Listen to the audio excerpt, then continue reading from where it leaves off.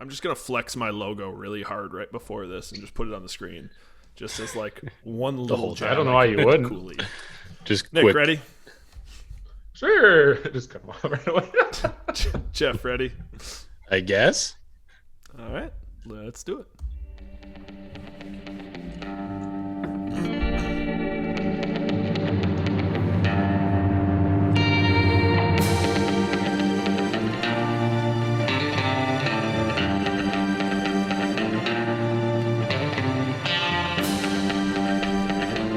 Freshly picked and ready for consumption.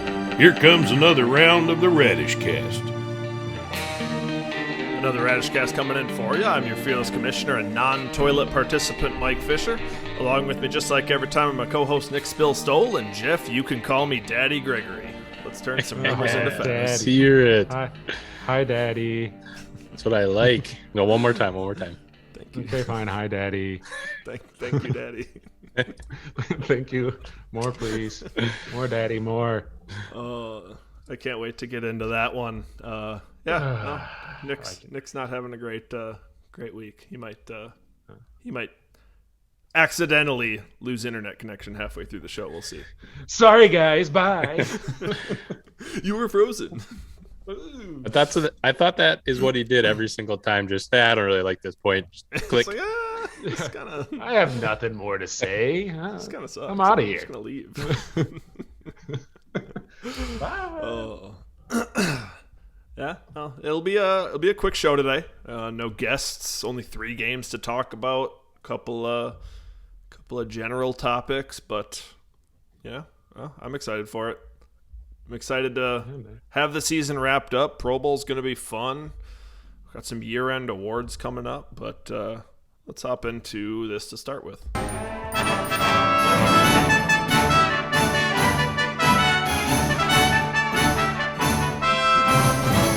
This here's the Radish Recap.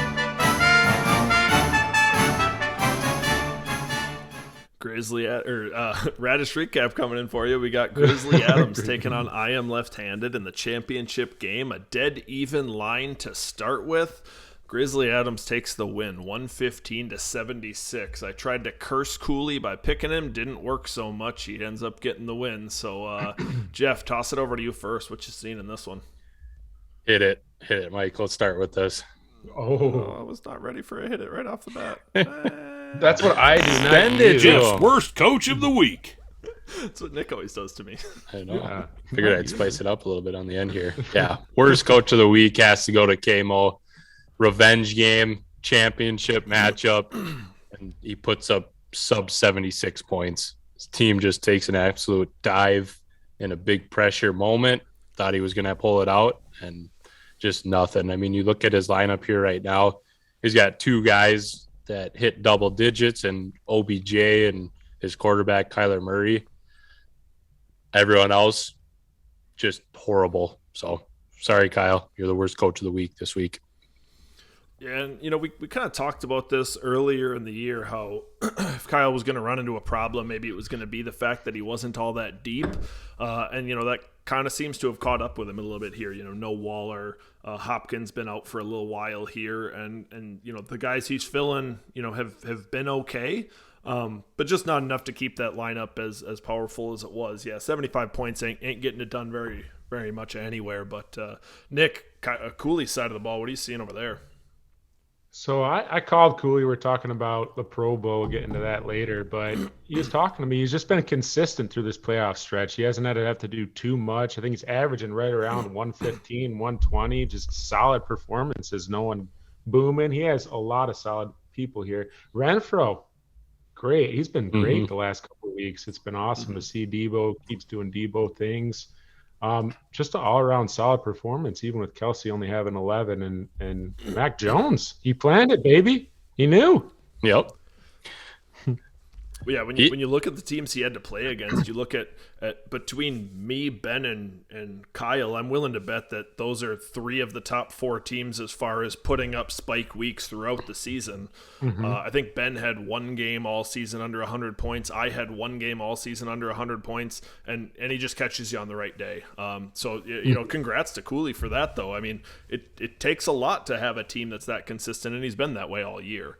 What were you saying there, Jeff? Exactly. Yeah, I was just going to say that his team doesn't scream like superstars or anything like that, but it's just flat out consistent. And Debo being top heavy, Kelsey top heavy, but having to switch to Mac Jones when Lamar was out, and not going with Huntley or being tempted to go with Heineke again. It was a solid matchup and a good play for him on that end. So you got to give him credit. He's been making the right plays and making the right decisions when he has to make a sub or swap someone in there. And 2 years in a row, he's been the champion for it. Yeah, Cooley texted me leading up to the game, actually, because he was wondering. He's like, do I stick with these Baltimore quarterbacks, whoever it is, or do I just go to Mac Jones for the safety? And he was like, I went against it, and I pulled the Baltimore guys when he played me, and that's when Huntley went off for 35 points. And what I said to him is like, right, are you going to count on Huntley having 2 rushing touchdowns in this game, or do you want a guy who's just not going to put up a dud? And Mac Jones had a good game with 22 points, but even if Mac Jones comes out and puts up 15, 16, that's all you're really asking for him. That's all you really want. Exactly. Is just to keep you afloat, and I think he made the right call there.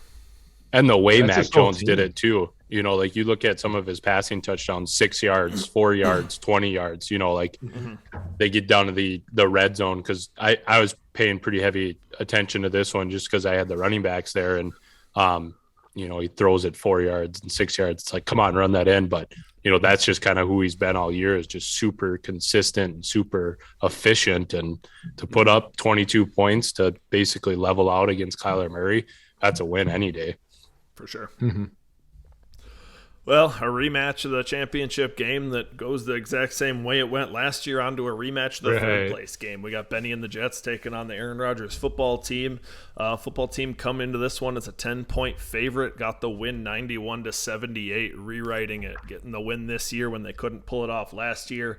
Nick, toss it over to you. What you seen in this one? Yeah, I can't lie to you. I didn't pay any attention to this game during the Sunday. but you look here, Dalvin Cook with only 2.8. That's tough. Cooper Kupp still went off. I mean, I picked Benny. I wasn't even here last week. I was down in Florida, but sent my picks in. Or that was last week. So Kupp always having a good game, but Benny just didn't have enough. I mean, this is what you said. How many weeks is he under 100? That's crazy. I know I had to put Snell in there last minute, but still, it's kind of falling apart in the end here. But yeah, and you bring up the Snell point, right? He goes into that last game needing 13 points. You're not sure if, or 12 points even. You're not sure if Cooks or Hunt is going to go or not. He ends up not going, and that's just all hope is gone, right? Benny Snell's not going to do anything even. I think I sent you guys a screenshot. His best game on the year was 3 points. Like he had no chance. So I was hoping for at least 4 out of them so he could cover. But no, this game was the epitome of disappointment, right? You go into this, you get Antonio Brown retiring mid-game. You get Kirk Cousins going on the COVID list, just tanking both Cook and Jefferson's value. A game on paper that just didn't live up to what it could have been. DeAndre Swift was, coach is talking him up how he's gonna be explosive and he's ready to go, and then comes out and gets 4 points. That's not something you're thrilled about. And so, this game you really expected to be a high-flying affair and just wasn't that. So, Jeff, toss it over to you. What else you got here? Yeah, really one of the only exciting points in this is, Josh Allen and Eckler on Tony's side of the ball. They've been his main guys all year. And, again, they came through and, you could pretty much – the reason he won are those 2 guys.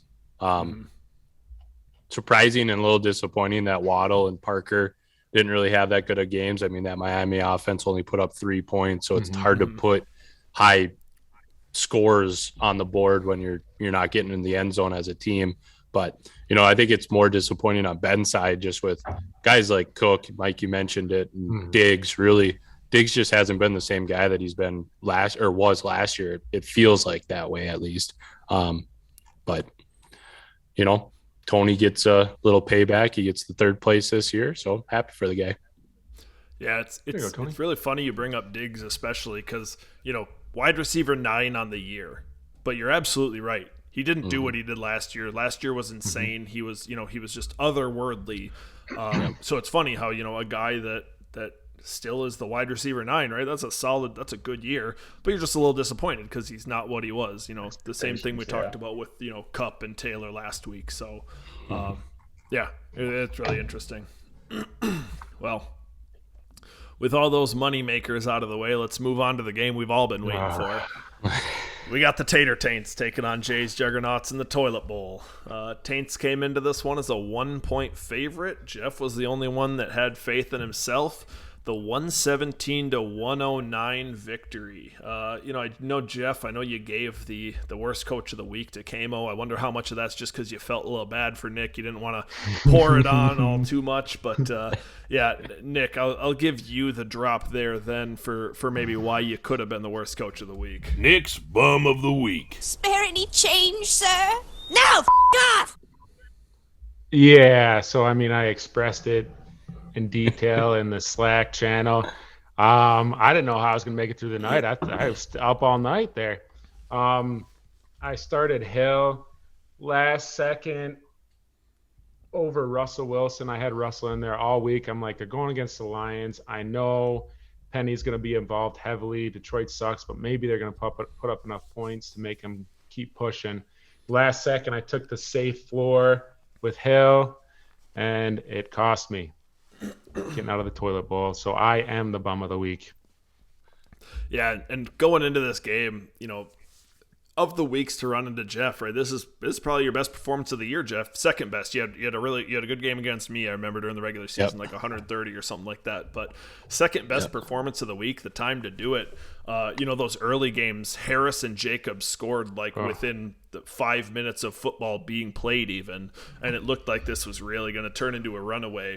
But then Tua really put up the dud, and it kind of opened the door. Nick kind of made a comeback. This was back and forth the whole way. Rashad Penny just going electric at the end there was kind of the nail in the coffin. That's a heck of a play there for you, Jeff. That worked out really well. The great matchup. But Jeff, toss it over to you. What else you got in this one? Yeah, you touch on that Penny. Like I haven't played him all year until like these last 2 weeks. He just was nothing, not even seeing the field. And for him to come through on the big moment, the bright stage like that was just huge. When I think it was really early in the game, he got a touchdown. I was like, okay, he's keeping me alive, because at that point I had Penny going and Cooper, and Nick had just started with Hill, Kamara. And there was one other person. Was it Higbee? Yeah, it was Higbee. Yep. Yeah. So, it's 3-on-2. Nick's up. With the down you had 10. 13. You had 10. Yeah, 10 I had 13. Yeah. Yeah. So I was like, I actually was hoping that Nick was going to play Wilson. In all honesty, I was more worried about the Kamara Hill swing pass dump off that they ended up getting in the fourth quarter, and Hill popping a garbage time touchdown or something like that, running in at the end. So, but you look at my squad, it's pretty solid performance out of everyone besides my kicker. My wide receivers haven't really been there much this whole year. But, Mooney came through pretty big, Cooper getting that late touchdown, and McLaurin just having a solid game, right around 10 points. But we touched on it in our recap the week before. My running back room was going to have to come in big, and they did. So that New England-Jacksonville game kind of pissed me off a little bit, that they went away from Harris. I know he's banged up with a hamstring, and they didn't need him. But you look down at another thing that was kind of making me mad too was Wilson had 2 touchdown passes at the 1 yard line, where I was hoping Penny was going to sneak in another one and just run away with it. But dude, it didn't matter. Get too greedy. Yeah. Pittman being down on the 1 yard line too. Yeah. Travis Homer was the running back on one of those, so you didn't have any Was he? hope for that one, I remember. But no, yeah, Jeff, you got to get that quarterback room figured out. That's one thing that's for sure. That's all 3 guys sub 8 points. That's not going to get it done for you. Nick, there's always next year. But since you are now the toilet bowl champ, you get to handle this segment. The Toilet Report.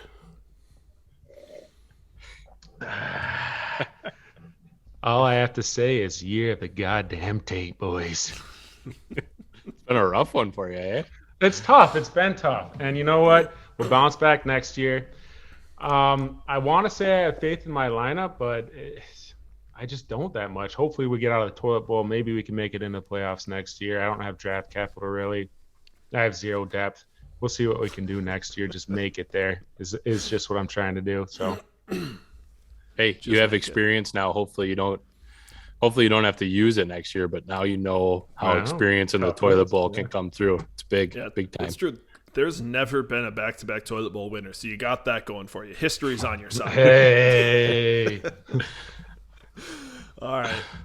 Well, with those matchups out of the way, you guys want to hop into some end-of-season awards? Wait, Yeah. who won the picks? Oh yeah. I actually Skip over that. I actually did accidentally miss it, but yeah, no.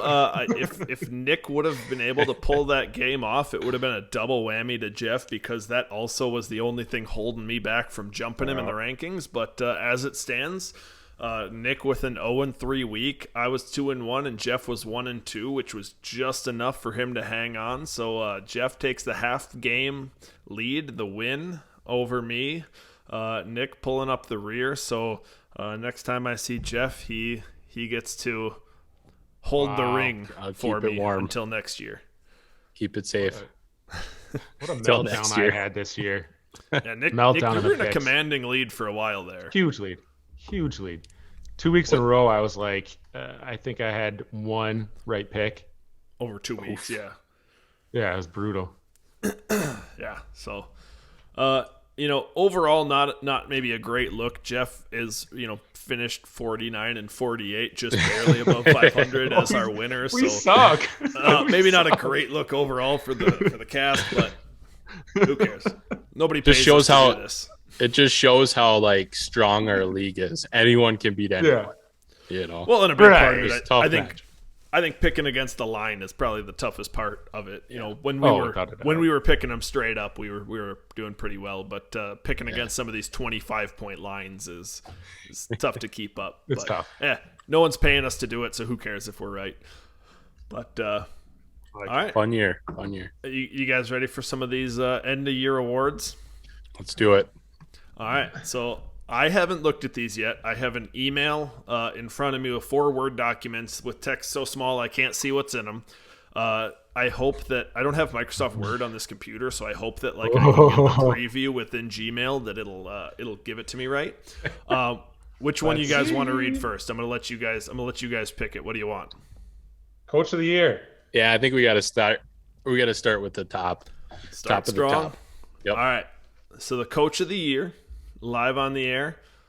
Oh, Michael J. Fisher, 9 votes. Let's see. I actually didn't expect that. So I knew that there was a tie. I thought this might be a tie. I thought this was going to be a close race. I thought, Tony with the record he had, Ben with just finishing so few games that were below 100 points or anything like that. Right. I thought some of those other guys had chances there. I expected this one to be a tie or at least really close. But 9 votes. close. Did you guys vote for me? You don't have to tell me that. I think Yeah, I I voted voted for for you. Tony, if I remember I correctly. voted for Mike, but Dude, the screw reason you. I with that Dude. was all the off-season moves and all the moves Yep. you made, Mike, and Yep. then it propelled you to being the highest scoring team. So I Yeah. figured it was pretty deserving. The highest scoring team was nice for me because it makes the trading away future capital for Tom Brady and Derrick Henry, some of those older guys, it kind of makes that instantly worth it. Because even if they retire and I don't, if Tom Brady retires, I'm still happy about that trade because it's the only reason I won the highest score of this year. So it still paid off for me. So I'm happy with that. Well, I'm uncomfortable. I don't like to talk about myself, so we're going to move on to the next one. No, well deserved, Mike. Which one do you guys want next? Do we want to go worst? I think I like the order that we have in the show doc, to be honest. Yeah. with you. Going to coach. worst? All right. Worst coach. Draw. Actually, hold up. I totally have a drum roll drop. I'll do it until you start. Nick. Oh, year of the taint. So it was a two-way tie. They each got 5 votes each to you and to the Mud Dogs. I actually voted for the Jugs in this one. Yeah. I had the Jugs as my worst coach. So this was apparently the one that had to go to this was the one that went to tiebreak. So John sends me a message and he says, "Hey, what do we do if we got a tie?" I said, "I don't know. Probably reach out to the people that didn't vote for one of the 2 people that are tied and have them vote." So he reached out to me and said, "Well, who would you vote if you couldn't vote for Jeff?" And so I gave my vote. Nick. Wow. Who'd you vote? It actually wasn't Nick. It was the so I had the Mud Dogs there. Yeah. I told him I wanted to give it to Nick, but I had to do it to the Mud Dogs. So he's like, "Well, now I like who else should I like? I don't know how to break a tie." So I was like, "I don't know. You could text Travis." So Oh, Travis, you bitch. so I guess Fuck you, dude. so I give John Travis's number. John texts him, and so like I said, until right now, I didn't know what the vote was for. Travis didn't tell me. Like Travis messaged me that he got to vote on something, but I didn't know what it was. So Travis picked Nick as the worst coach of the year. I can understand that from everyone in the league because I'm year of the taint. But I mean, my overall Travis. record was confirmed. Yeah, but Travis. But that just goes to show that your record wasn't a big factor in this one. You know, But like I don't understand. I still don't understand that. I don't actually really get why that was. I think it was I was probably comparable more with year of overall the taint. record with. I was comparable with overall records of playoff teams. Like what? Yeah, and I guess the swing there. I mean, you were, but you weren't. You needed 2 wins and a lot of help, and you got 2 losses at the end of the season. So you ended with 5 wins.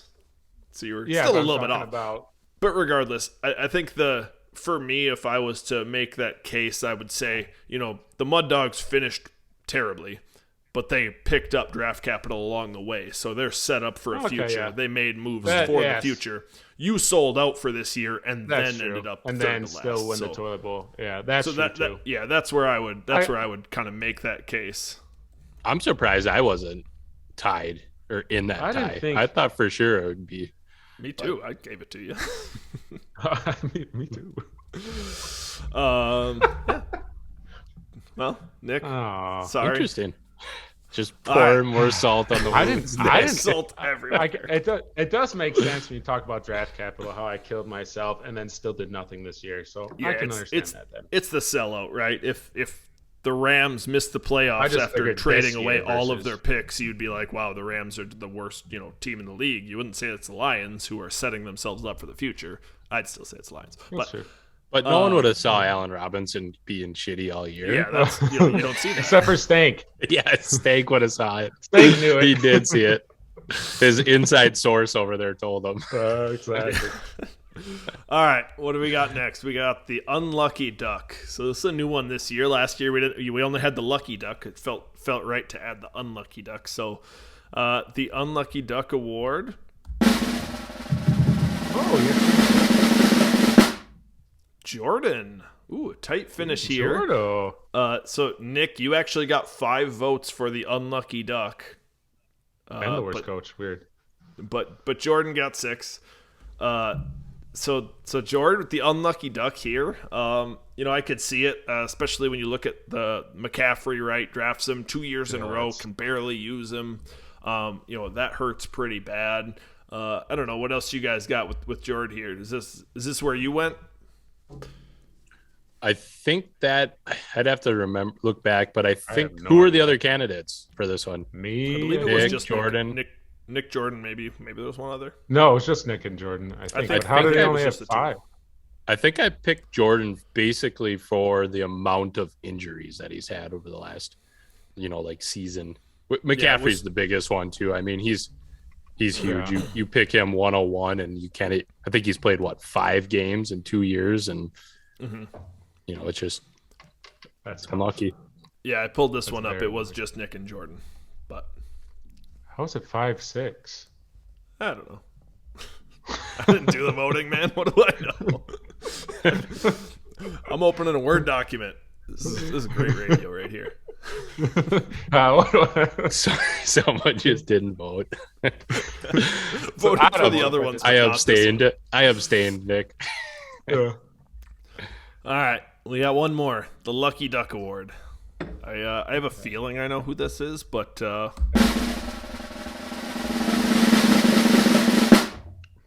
John. Two-way tie at 6 votes apiece with Cooley. Oh, Travis settled this one too. Ooh. So Cooley and John both got the lucky duck here. I think John's the right call here personally.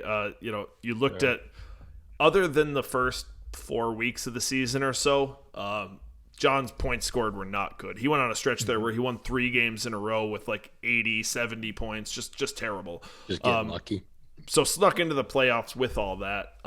But yeah, so that's definitely where I would have went with it as well. What about you guys? I think that's where I went. That's also where I went. I went with Yep. John because of that exact thing you just said, Mike. Yeah, it made the most sense. Cooley, I guess the lucky part about Cooley for sure is the fact making the playoffs with 7 wins. I wouldn't have expected 7 to be enough at the start of the year. And I think part of that comes from the discrepancy in the league. You had 4 real top teams that gobbled up so many wins that a guy was able to sneak in at 500. Start of the year, I was thinking you're going to need 9 to get in. Maybe someone sneaks in like with 8, maybe on a tiebreaker or something like that. I wouldn't have never thought someone get in at 500. So definitely a case to be made there. The other thing too is that trade for Samuel Debo. I don't think anyone expected Debo to go off the way he did. So, I think that was pretty lucky on Cooley's side to do that. So whether he saw that or didn't see that coming, either way he's got him on his team. But pretty lucky in general.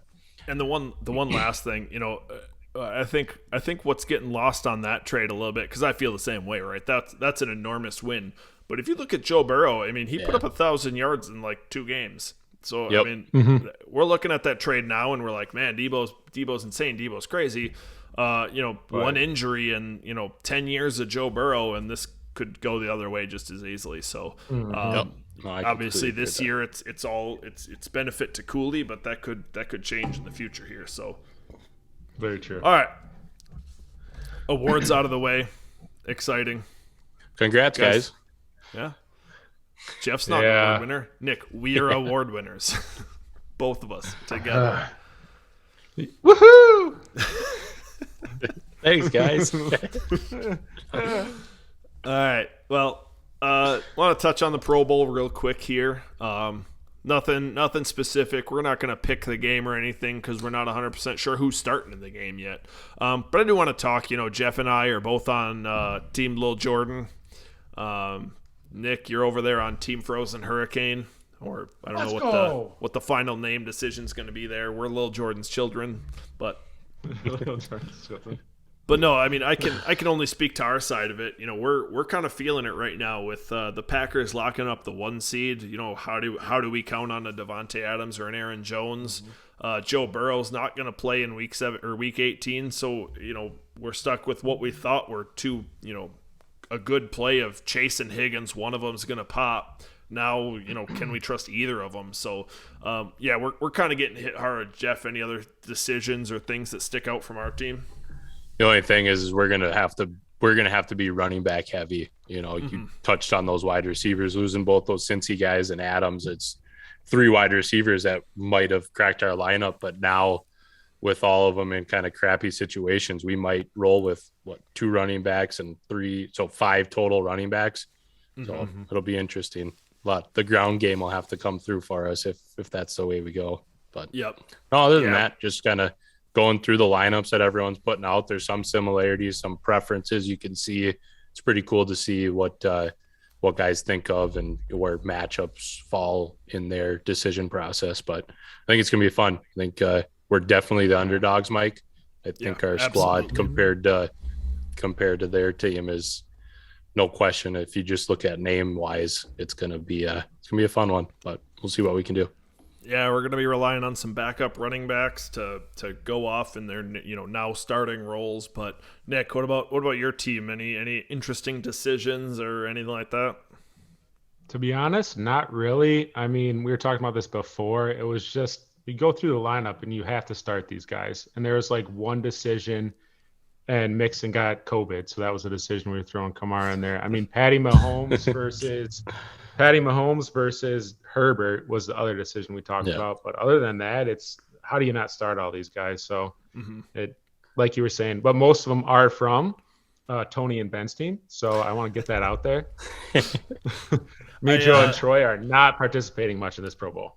I wonder if that'll be, to your benefit or, look at Monroe's lineup, right? You can't sit Zeke, you can't sit Chubb, and that didn't work out for him because those guys didn't, they had bad games. So curious if that, if that ends up being, a slam dunk, or if you guys kind of get take locked into some guys, whereas, on our side of the ball, I'll throw out some names. We're debating Singletary, Sony Michel, Elijah Mitchell. Like none of those guys are like, you have to start this guy.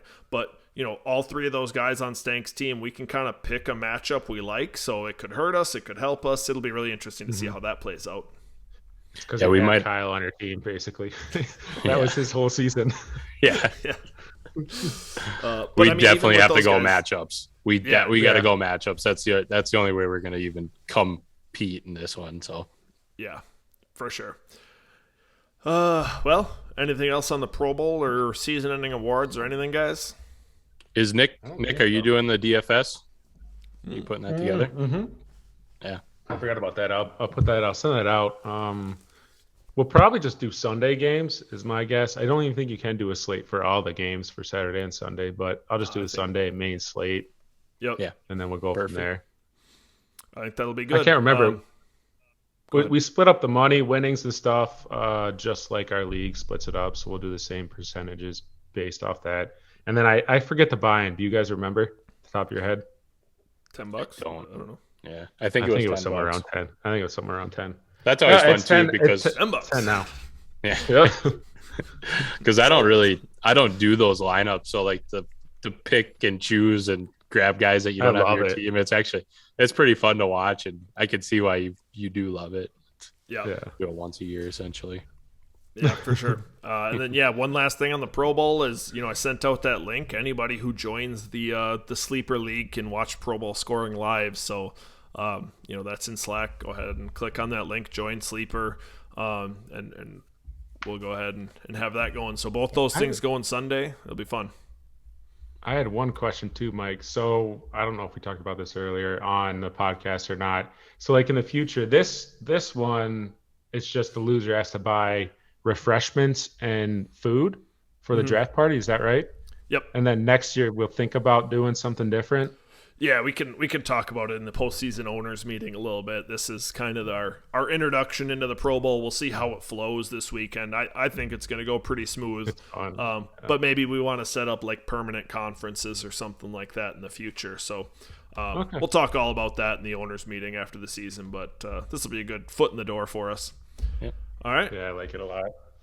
With all that out of the way, one last time, boys. Ask me the questions, Bridgekeeper. I'm not afraid. This here's Mike's. Will it happen?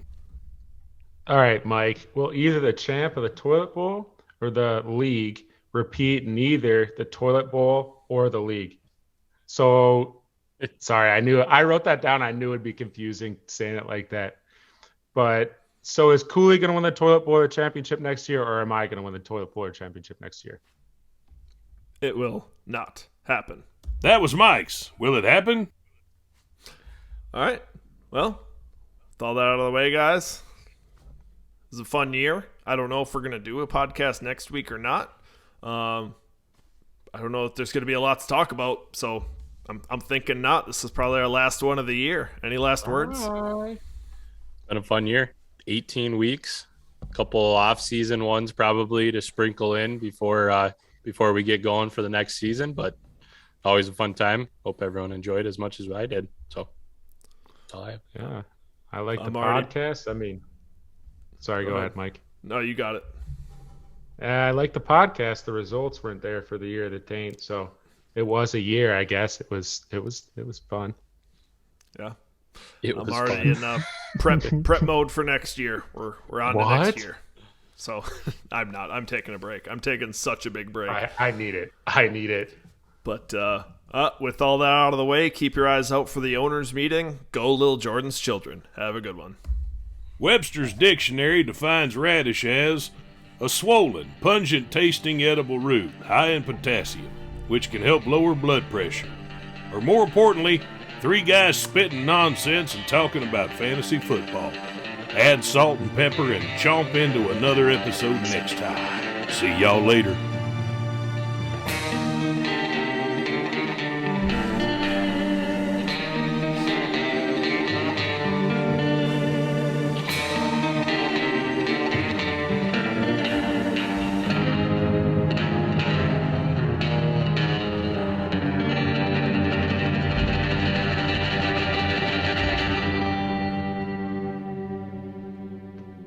Shut up, baby, I know it. God, I suck. Shut up, baby. I know it.